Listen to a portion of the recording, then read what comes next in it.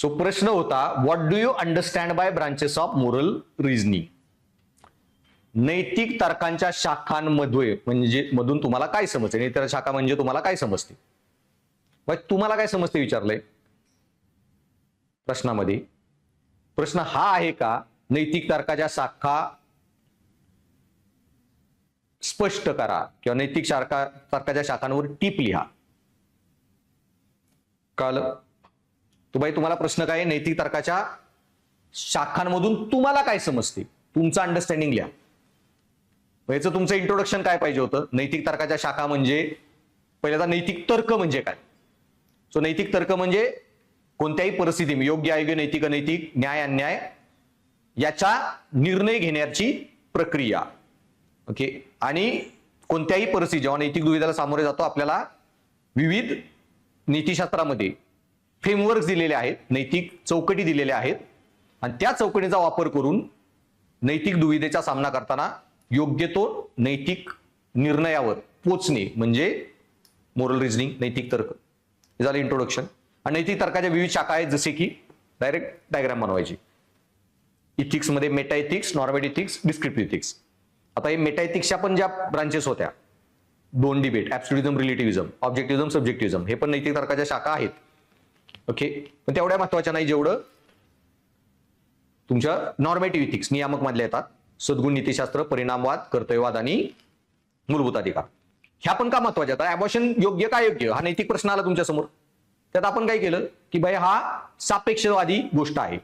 भारत बंदी घालू शकत नाही, भारताच्या परिस्थितीनुसार अमेरिका घालू शकते. हा नैतिक तर्कच केला तुम्ही. सो त्या पण ब्रांचेस आहेत नैतिकच्या, पण ह्या चारवर फोकस करायचा. सो डायग्राम काढायची डायरेक्ट. ती झाली की मग प्रत्येक डायग्राम शाखेवर तीन चार लाईन. ओके. बरं त्यात मी लिहिलंय का नैतिक शाखा उदाहरणासहित स्पष्ट करा. दर शाखेत उदाहरण टाकत गेलाय तुम्ही. चुकीचं नाहीये, पण तुम्हाला प्रश्न विचारलाच नाही ना. दर याच्यावर तीन चार लाईन लिहा.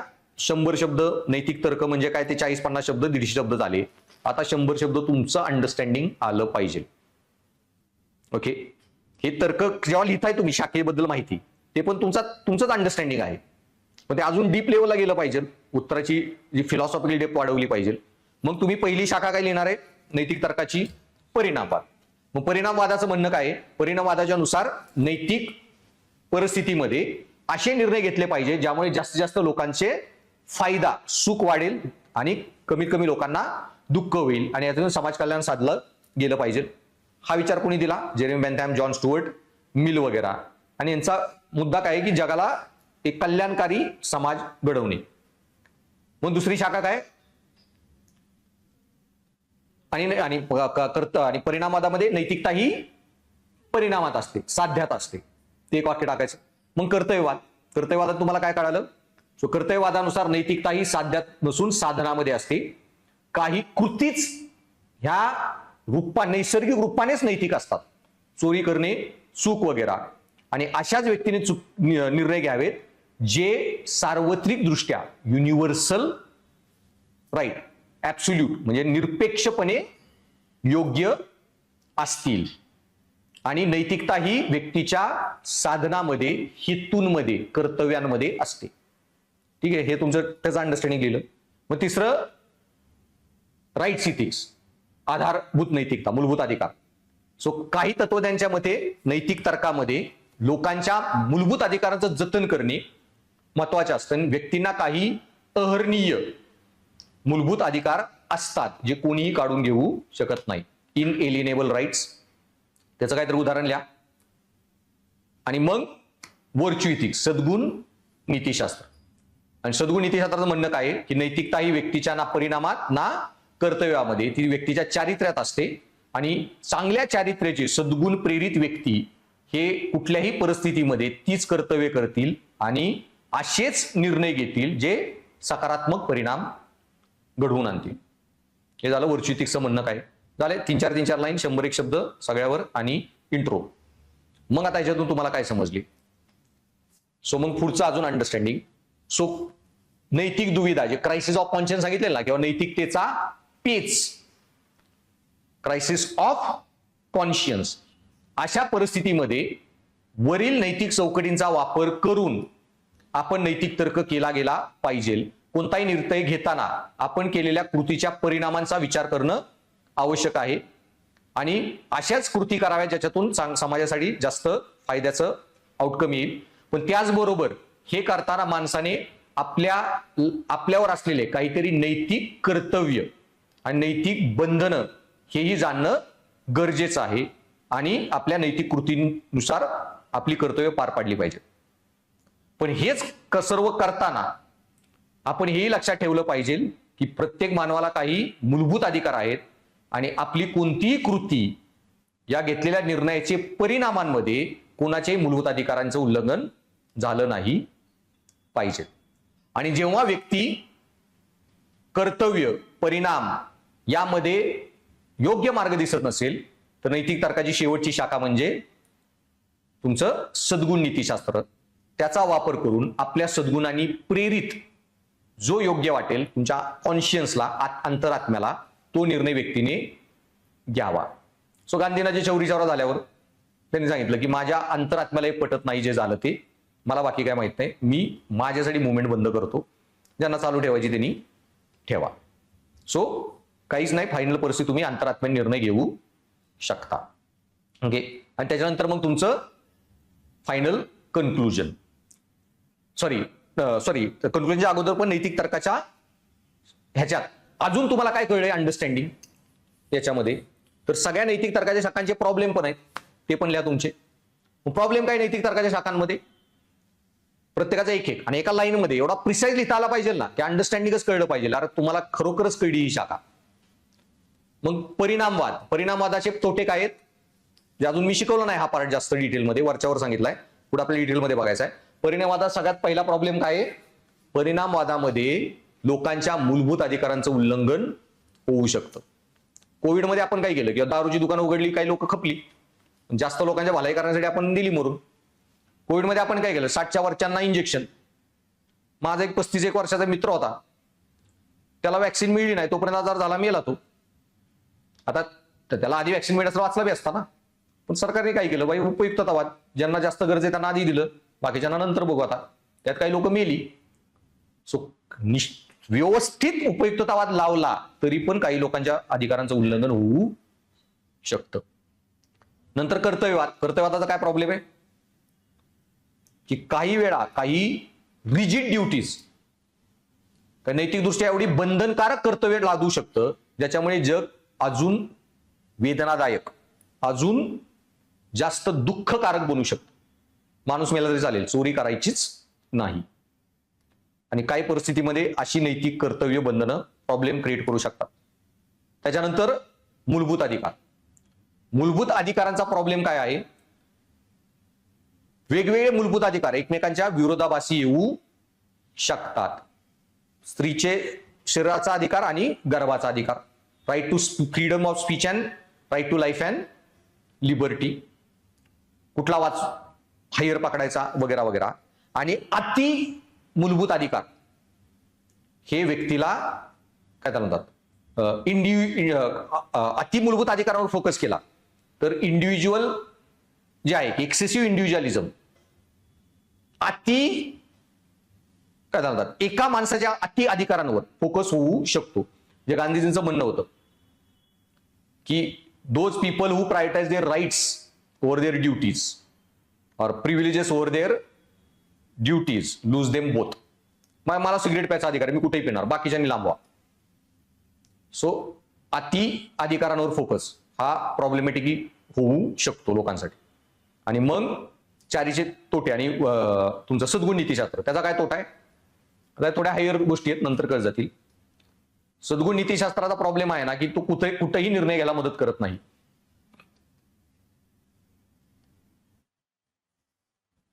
आता उद्या डीएफओ आहात तुम्ही, महादेवी हत्तीचं करायचं काय, ओंकारचं करायचं काय, कुठला सद्गुण तुम्हाला तिथं मदत करणार आहे, honesty, integrity, empathy, compassion, charity, विरिटी.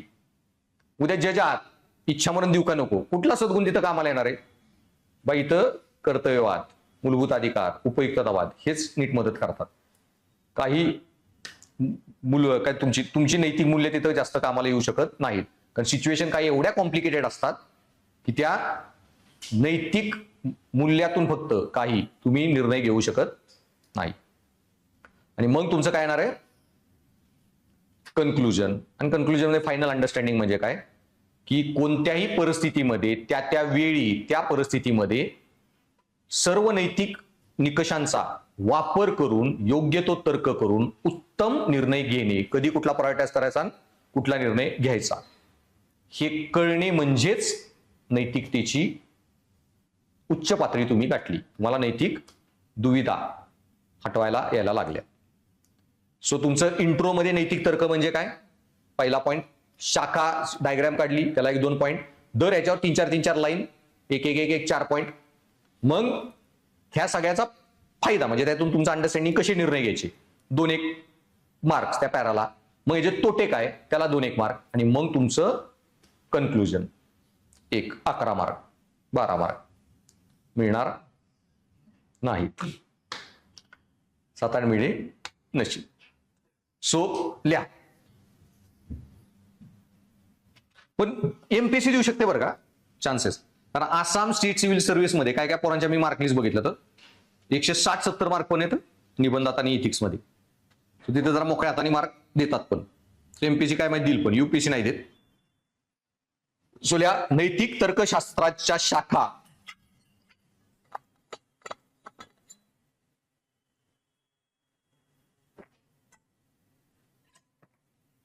यातून तुम्हाला काय समजते?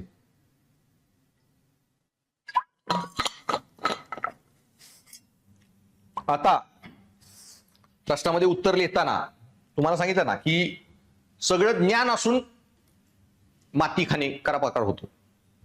प्रश्न जर हा आला ना नैतिक तर्काच्या शाखा याच्यातून तुम्हाला काय समजते? इलुस्ट्रेट, जस्टिफाय, सबस्टॅन्शिएट म्हणजे उदाहरणासहित स्पष्ट करा, पुरावे द्या, दाखला द्या, असे जर शब्द आले उत्तर तुमचं बदलणार आहे. नैतिक तर्क म्हणजे काय? त्या 4 शाखांवर माहिती लिहिली.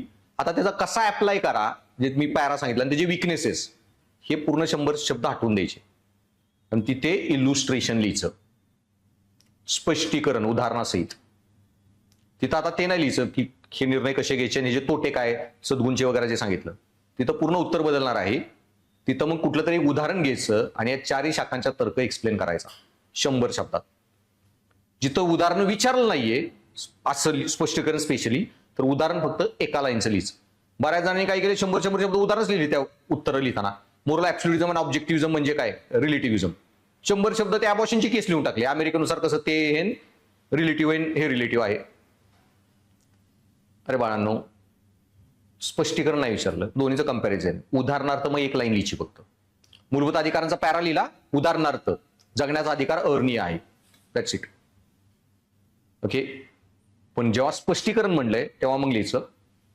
जर प्रश्न बदलला मग त्यावेळी उत्तरच बदलतं पूर्ण. मग तिथं काय लिहायचं तुम्हाला?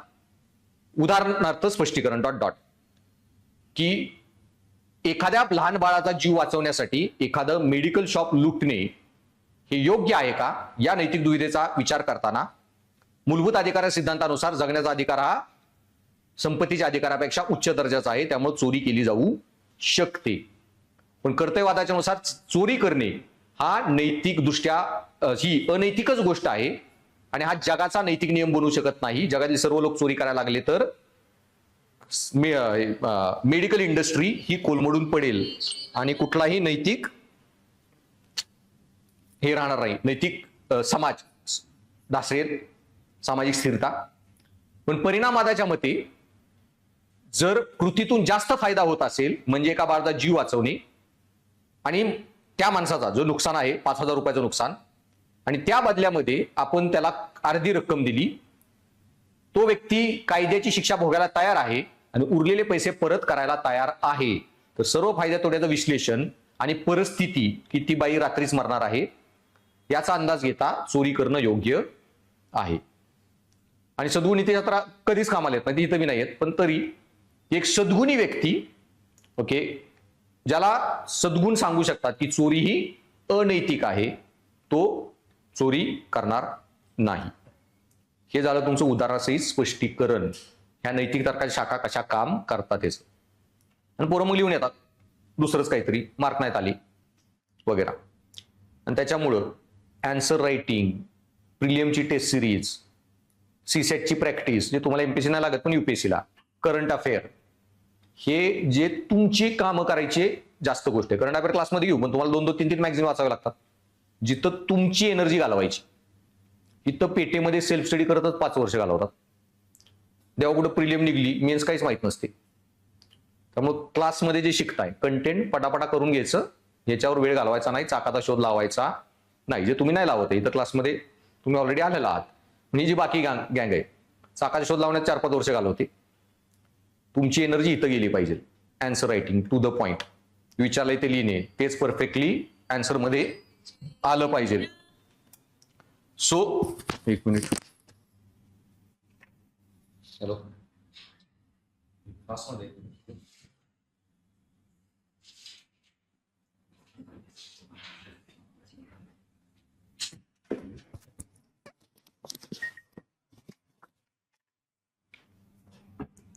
नैतिक तर्काच्या, सॉरी क्वेश्चन लिहिलं ना, उत्तर लिहा.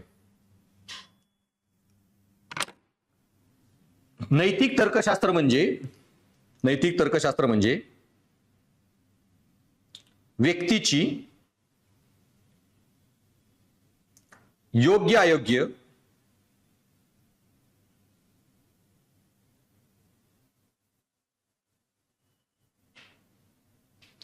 न्याय अन्याय, नैतिक अनैतिक काय आहे हे ठरविण्याची प्रक्रिया.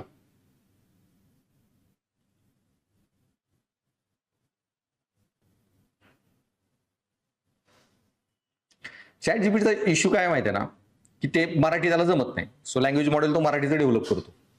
आता त्याला मी माझं कंटेंट वगैरे, नोट्स वगैरे जे मराठीत टाईप केलं सगळं फीड करतो.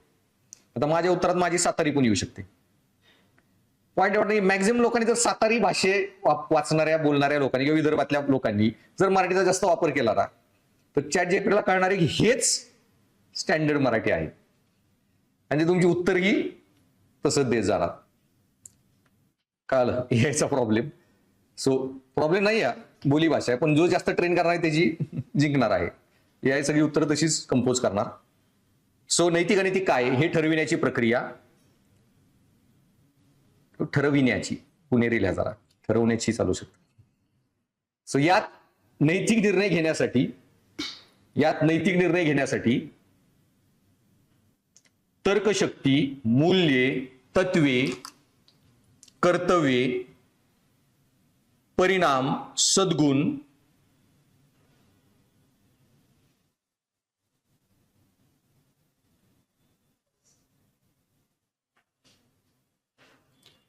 परिणाम आणि सद्गुण यांचा विकास आणि उपयोग यांचा समावेश होतो.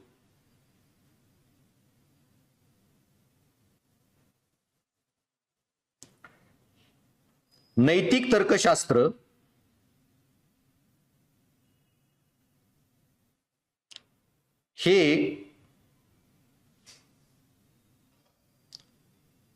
हे नियामक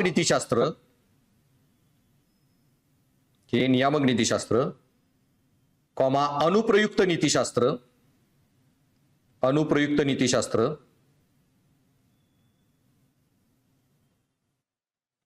कायदा, सार्वजनिक प्रशासन,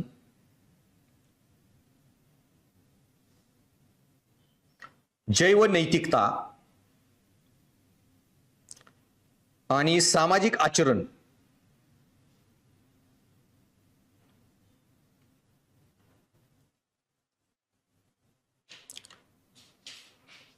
यांचा पाया आहे.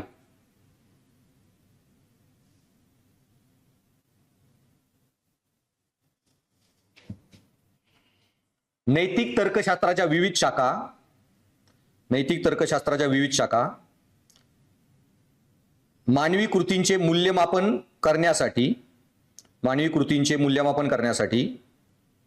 वेगवेगळे निकष प्रदान करतात.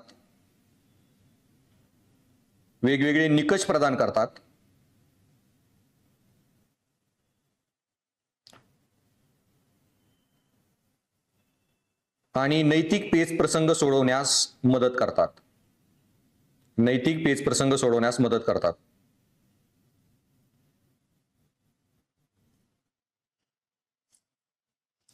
मग आता तिथं चार्ट टाका. नीतिशास्त्र 3 शाखा, विश्लेषणात्मक, नियामक, वर्णनात्मक.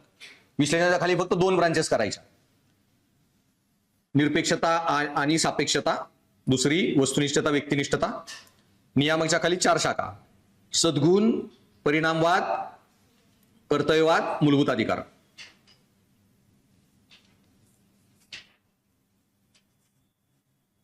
बनवा लगेच.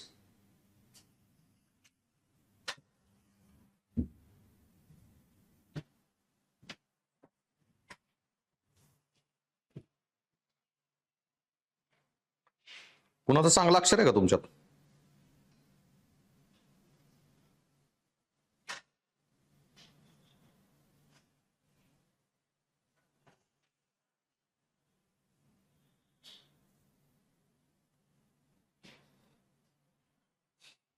कुणालाच कॉन्फिडन्स नाही का?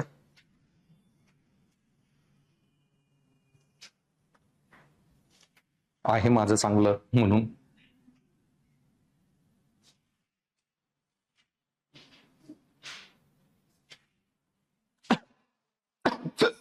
सॉरी.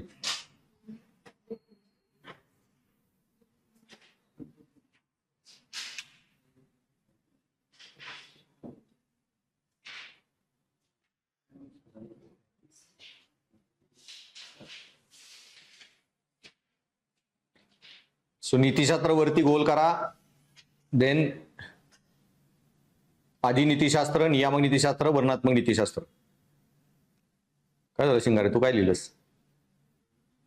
हा, वा, चालेल. 20-25% इंग्लिश चालू शकतं. आणि त्याच्या खाली मग आधी नीतिशास्त्राच्या निरपेक्षता आणि सापेक्षता, वस्तुनिष्ठता, व्यक्तिनिष्ठता 2 शाखा. नियामकच्या खाली सद्गुण, परिणामवाद, कर्तव्यवाद, मूलभूत अधिकार. मग आता या सगळ्यांवर 3-4 लाईन लिहायच्या. कोर. सो परिणामवाद.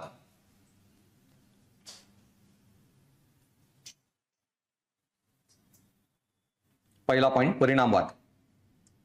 परिणामवादानुसार एखाद्या कृतीची नैतिकता, परिणामवादानुसार एखाद्या कृतीची नैतिकता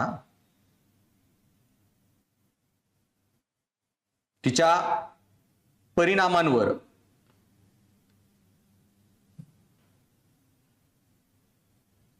किंवा फायद्या तोट्यावर ठरते.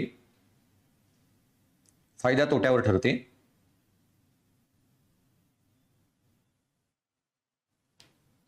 परिणामवादात साधनांची नैतिकता, परिणामवादात साधनांची नैतिकता साध्यांवर अवलंबून असते. साध्यांवर अवलंबून असते.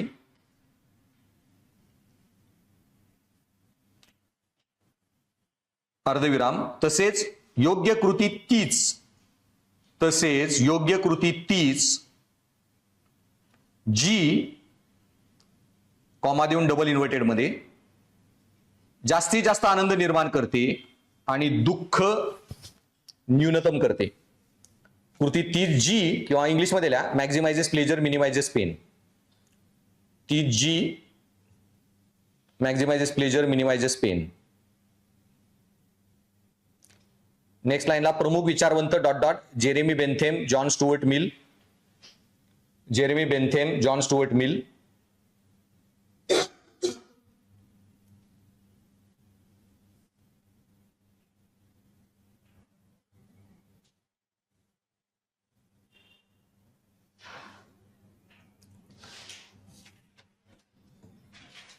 तिथं आता वर्ड लिमिट मी फॉलो करत नाही, त्यामुळे इथं उदाहरण टाका.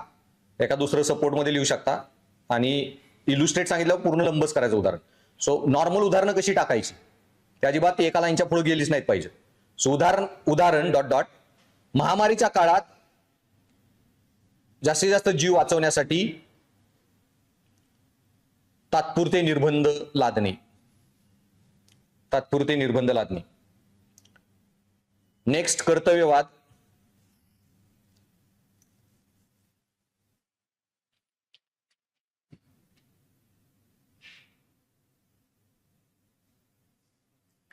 कर्तव्यवादानुसार नैतिकता ही परिणामांपेक्षा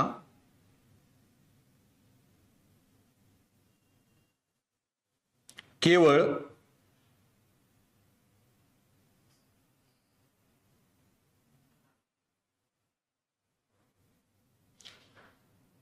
कर्तव्य नियम आणि हेतूंवर आधारित असते. कर्तव्य नियम आणि हेतूंवर आधारित असते.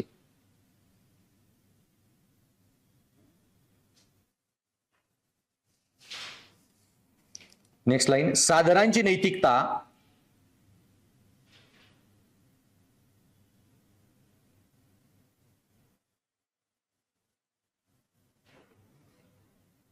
नाही, असं करा.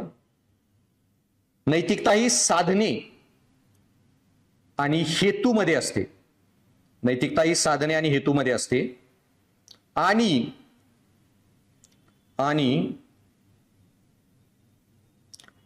काही कृती स्वभावत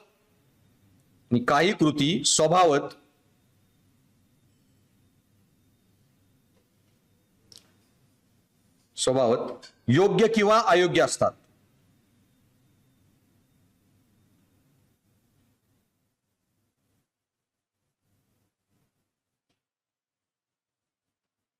योग्य किंवा अयोग्य असतात.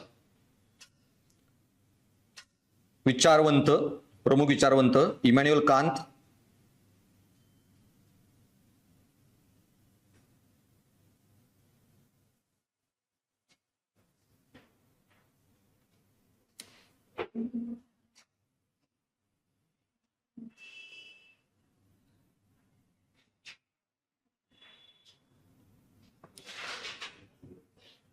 Emmanuel Kant. महात्मा गांधी, भगवद्गीतेतील नैतिकता. इमॅन्युअल कांत, महात्मा गांधी, भगवद्गीतेतील नैतिकता.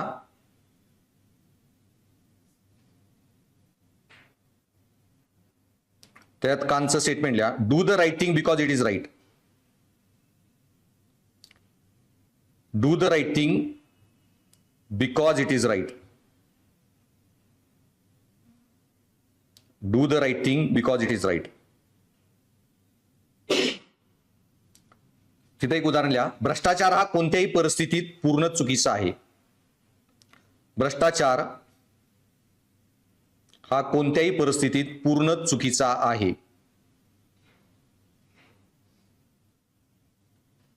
तिसरं सद्गुण नैतिकता.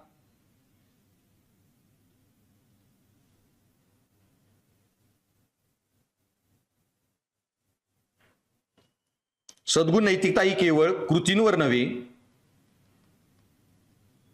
सद्गुण नैतिकता ही केवळ कृतींवर नव्हे,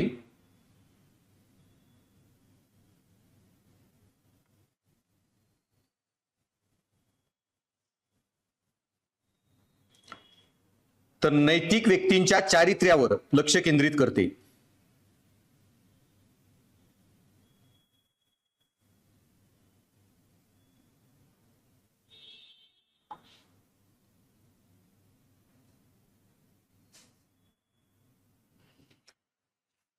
चांगली व्यक्ती नैसर्गिकरित्या चांगल्याच कृती करते.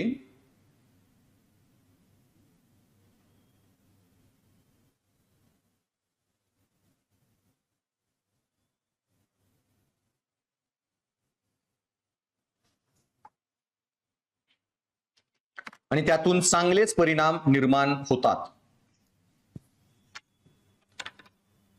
प्रमुख विचारवंत एरिस्टॉटल, प्लेटो, सॉक्रेटिस. एरिस्टॉटल, प्लेटो, सॉक्रेटिस.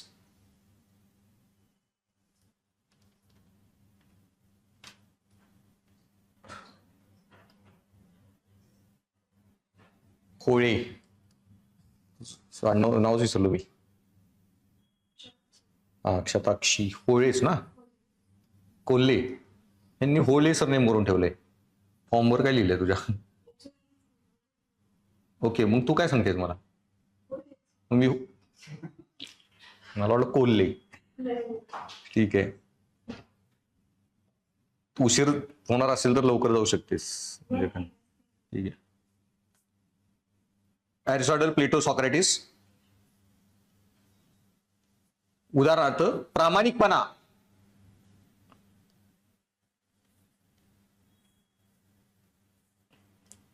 हा स्वाभाविक गुण असलेला अधिकारी भ्रष्टाचार नाकारणारच.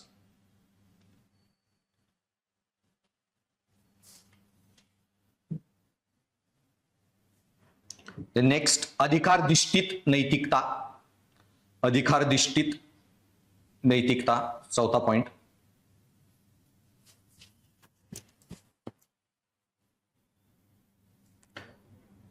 ही नैतिक तर्कशाखा, अधिकारधिष्ठित नैतिकता, ही नैतिक तर्कशाखा,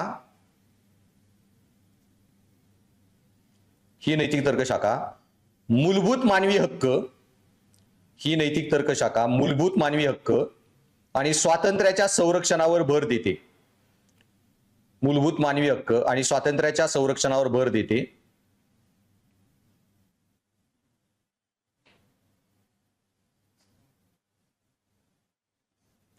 प्रत्येक व्यक्तीकडे जन्मता प्राप्त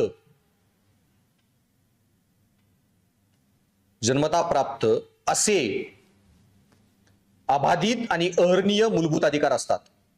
असे अबाधित आणि अहर्निय मूलभूत अधिकार असतात. प्रत्येक व्यक्तीकडे जन्मता प्राप्त असे अबाधित आणि अहर्निय मूलभूत अधिकार असतात.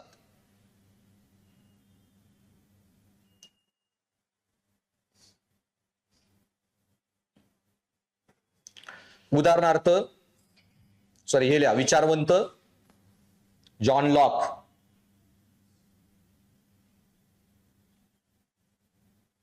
बाबासाहेब,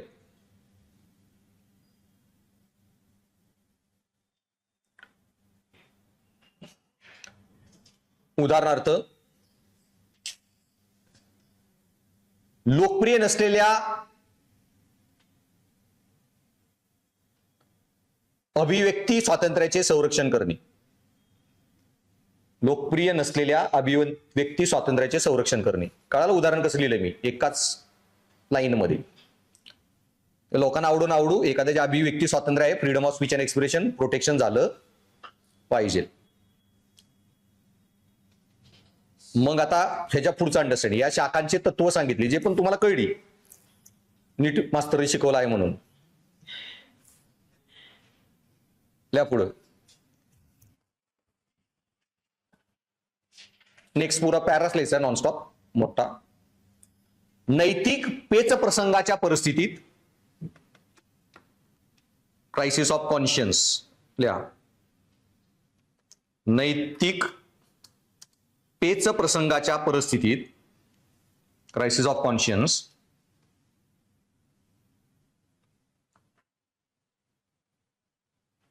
नैतिक तर्कशास्त्राच्या शाखा मानवी आचरणाला दिशा देतात.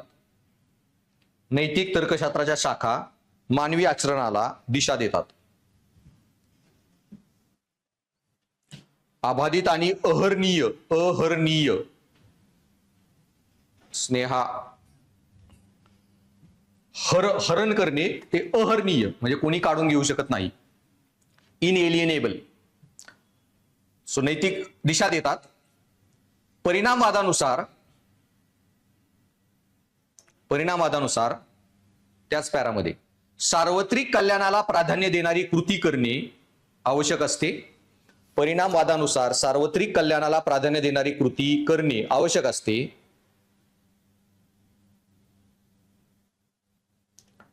तर कर्तव्यवाद आपल्याला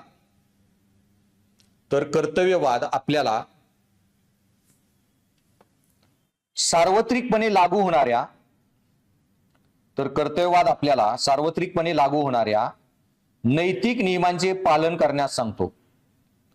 तर कर्तव्यवाद आपल्याला सार्वत्रिकपणे लागू होणाऱ्या नैतिक नियमांचे पालन करण्यास सांगतो.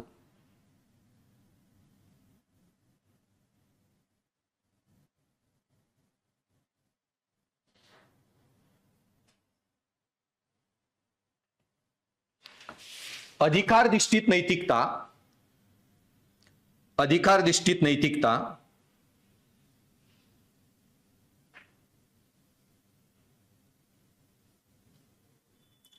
नैतिकता, परिणाम आणि कर्तव्य काही असले, नैतिकतेत करा, नैतिकतेत, नैतिकतेत परिणाम आणि कर्तव्ये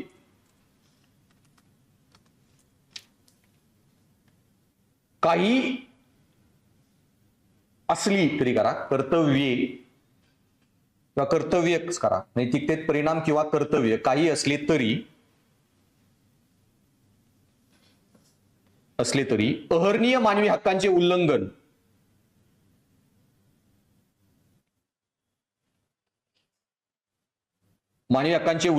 अहर्निय मानवी हक्कांचे उल्लंघन करणारी कोणतीही कृती अनैतिकच, कोणतीही कृती अनैतिकच आणि सर्व वेळ आणि परिस्थितींमध्ये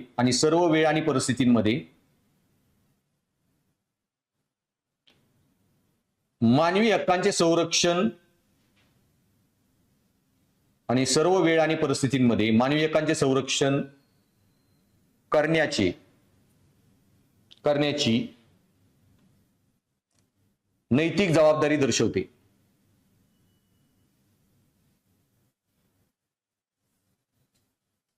आता राहिली कुठली?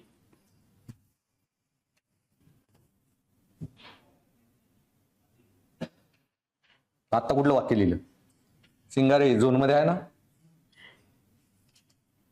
अरे सद्गुण नीतिशास्त्र. मग त्याचं वाक्य काय की वरच्या कुठलीच कामाला येणार नाही तेव्हा काय अंतरात्म्याच्या आवाजातून निर्णय घ्या, कॉन्शियन्सनी, सद्गुणातून. जेव्हा नैतिक तर्कशास्त्राच्या या शाखा नैतिक पेच प्रसंग सोडविण्यास अपुऱ्या पडतात, जेव्हा नैतिक तर्कशास्त्राच्या या शाखा नैतिक पेच प्रसंग सोडविण्यास अपुऱ्या पडतात, तेव्हा व्यक्ती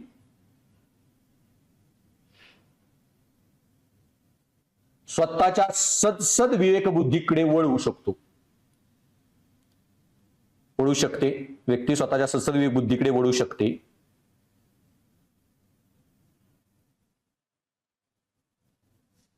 आणि सद्गुणांच्या मार्गदर्शनाखाली निर्णय घेऊ शकते.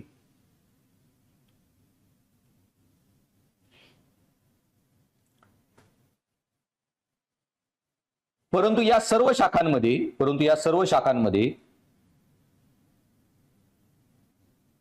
काही मर्यादा देखील आहेत.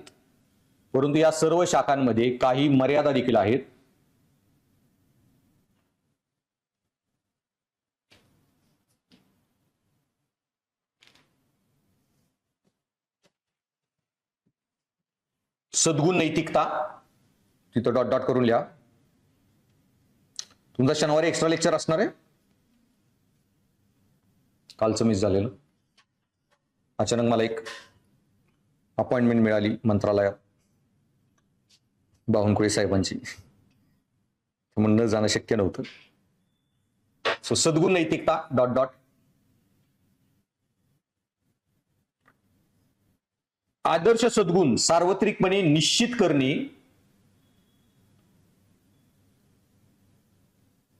कठीण असते. किंवा कुठला सद्गुण सगळ्यात महत्वाचा मी सांगितलं, तत्वज्ञानामध्ये वादविवाद झाले. सो आदर्श सद्गुण सार्वत्रिकपणे निश्चित करणे कठीण असते आणि गुंतागुंतीच्या नैतिक पेच प्रसंगामध्ये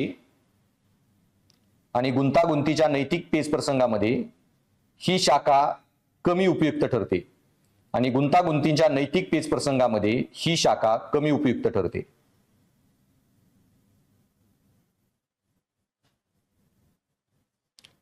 उदाहरणार्थ इच्छा मरणावरील निर्णय. तर तुम्हाला एक्सप्लेन करत असायचे नाही, उदाहरण असं लिहायचं. उदाहरणार्थ मला जेव्हा उत्तर असेल मला कळणार आहे तुम्हाला काय म्हणायचंय, किंवा इच्छा मरण खूप गुंतागुंतीचं आहे, सद्गुण कुठला मदत करू शकत नाही निर्णय घ्यायला. आता जजकडे बरंच कंपॅशन आहे. अरे कंपॅशन असलं तरी ते हरीश राणाची कंडिशन अशी झाली की त्याला कंपॅशन दाखवलं तर अजून त्रास होईल. ओके, सो सद्गुण मदत करू शकत नाही. देन नेक्स्ट परिणामवादी नैतिकता. डॉट डॉट सगळ्याची विकनेस लिहितोय एक एक. काय झालं? परिणामवादी नैतिकता. कधी कधी मानवी जीवनाचे मोजमाप करण्याची कधी कधी मानवी जीवनाचे मोजमाप करण्याची असं करा, मानवी जीवनाचे हे नको, मानवी जीवनाचे प्रमाणीकरण. कधी कधी मानवी जीवनाचे प्रमाणीकरण होऊ शकते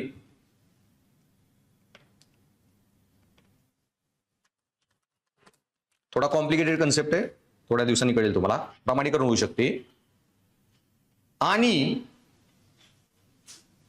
अल्पसंख्याकांच्या अधिकारांकडे दुर्लक्ष होऊ शकते. अल्पसंख्याकांच्या अधिकारांकडे दुर्लक्ष होऊ शकते. तो जीवनाचं प्रमाणीकरण म्हणजे काय त्याचं उदाहरण तुम्हाला फक्त सांगायला की हे कोविडमध्ये आपण काय केलं, दारूची दुकानं उघडली, काही लोक मेली, पण का? सरकारला पैसे मिळाले. सो पैसा एका बाजूला आणि जीव एका बाजूला. जीवनाचं तुम्ही काय केलं? मूल्यांकन, प्रमाणीकरण, मोजमाप. हे चुकीचं आहे. भाई मानवाला पैशामध्ये तोलू शकत नाही. थोडा हाय लेवल कन्सेप्ट आहे, नंतर कळेल. देन कर्तव्यवादी नैतिकता.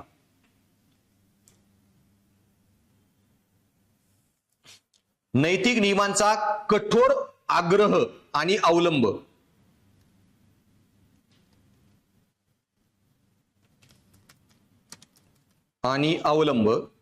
जगाला कमी आनंदी बनवू शकतो. जगाला कमी आनंदी बनवू शकतो.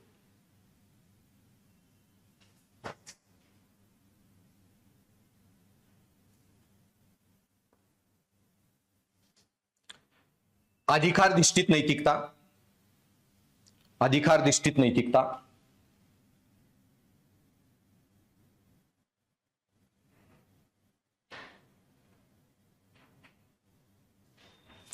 विविध अधिकारांमध्ये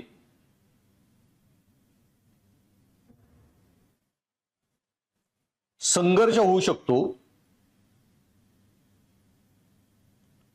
आणि अत्याधिक अधिकारांचा आग्रह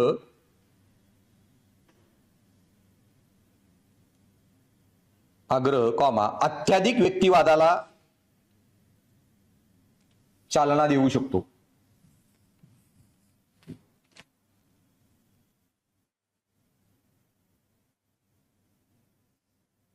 तुम्हाला स्वातंत्र्य आहे म्हणून तुम्ही उघडे नागडे नाही फिरू शकत रस्त्यांवर. आता मुंबईमध्ये काही ऍक्ट्रेसेस वगैरे, बाई रिस्पॉन्सिबिलिटी सोशल तुम्हाला असली पाहिजे. कधी कुठे कशा परिस्थितीत कसं वागावं. सो अधिकार माझे शरीर म्हणून you should know how to stay in limit. So कसे निर्णय घ्यायचे, त्याचे विकनेसेस काय, सगळं मला समजलेलं आहे. हा दोन्ही पॅराग्राफ ड्रॉप करायचे. जर विचारलं उदाहरणासहित स्पष्टीकरण द्या, तिथं हाईंचा डायलेमा जो सांगितलेला त्याचं एखादं किंवा दुसरं कुठले उदाहरण घेऊ, चारी शाखांनी उत्तर घेता येऊ शकतं वगैरे. स्लेव्हरी का चूक, इलुस्ट्रेट उदाहरणासहित. सो गुलामगिरी ही मूलभूत अधिकारांचं उल्लंघन होतं. एखादा जगण्याचा अधिकार, स्वायत्तेचा अधिकार, प्रतिष्ठेचा अधिकार, त्याचं उल्लंघन करतो. कर्तव्यवादानुसार मानवाला तुम्ही साधन म्हणून वागवलं नाही पाहिजे आणि साध्य मूलत्वाने वागवा. स्लेव्हरीमध्ये मानवाला साधन म्हणून वागवलं जातंय. नंतर परिणामवादामध्ये तुम्ही गुलामगिरीमध्ये तुम्ही जेव्हा परिणामांचं मोजमाप करता, हे कसं झालं पाहिजे? निष्पक्षपणे. ओके, 60 वर्षाच्या वरच्यांना सगळ्यांनाच इंजेक्शन, 60च्या खाली कुणालाच नाही. निष्पक्ष आहे. पण तुम्ही गुलामगिरीत मग निष्पक्ष चिठ्ठ्या टाका, 20 ज्याची नाव येतील तो गुलाम. निष्पक्षपणे मूलभूत अधिकारांचं हे करा, डिस्ट्रीब्युशन वगैरे, त्यांच्या चुकीचं. आणि सद्गुणी नीतिशास्त्रात कोणताही नैतिक सद्गुणी व्यक्ती कधी कुठल्या माणसाला गुलाम बनवण्याची इच्छाही करणार नाही. एका उदाहरणाची चारी शाखा एक्सप्लेन केल्या. सो पुढं लास्ट कन्क्लुजन. नैतिक तर्कशास्त्राच्या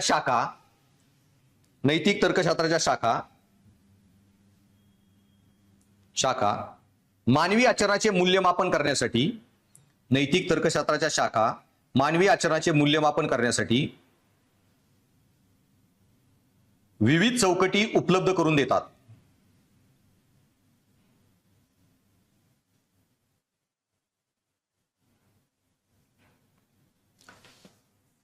प्रत्यक्ष जीवनात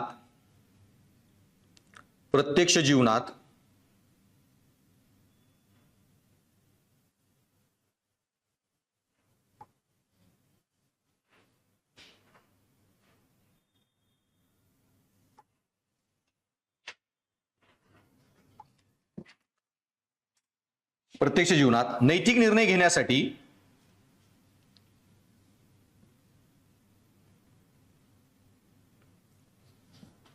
अनेक शाखांचा संतुलित वापर, नैतिक निर्णय घेण्यासाठी अनेक शाखांचा संतुलित वापर आवश्यक असतो.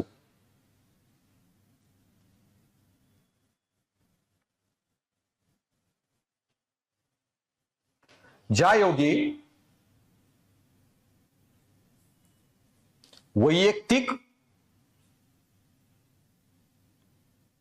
वैयक्तिक कल्याण आणि सामूहिक कल्याण, ज्यायोगे वैयक्तिक कल्याण आणि सामूहिक कल्याण या दोन्हींची पूर्तता होऊ शकते. दोन्हींची पूर्तता होऊ शकते.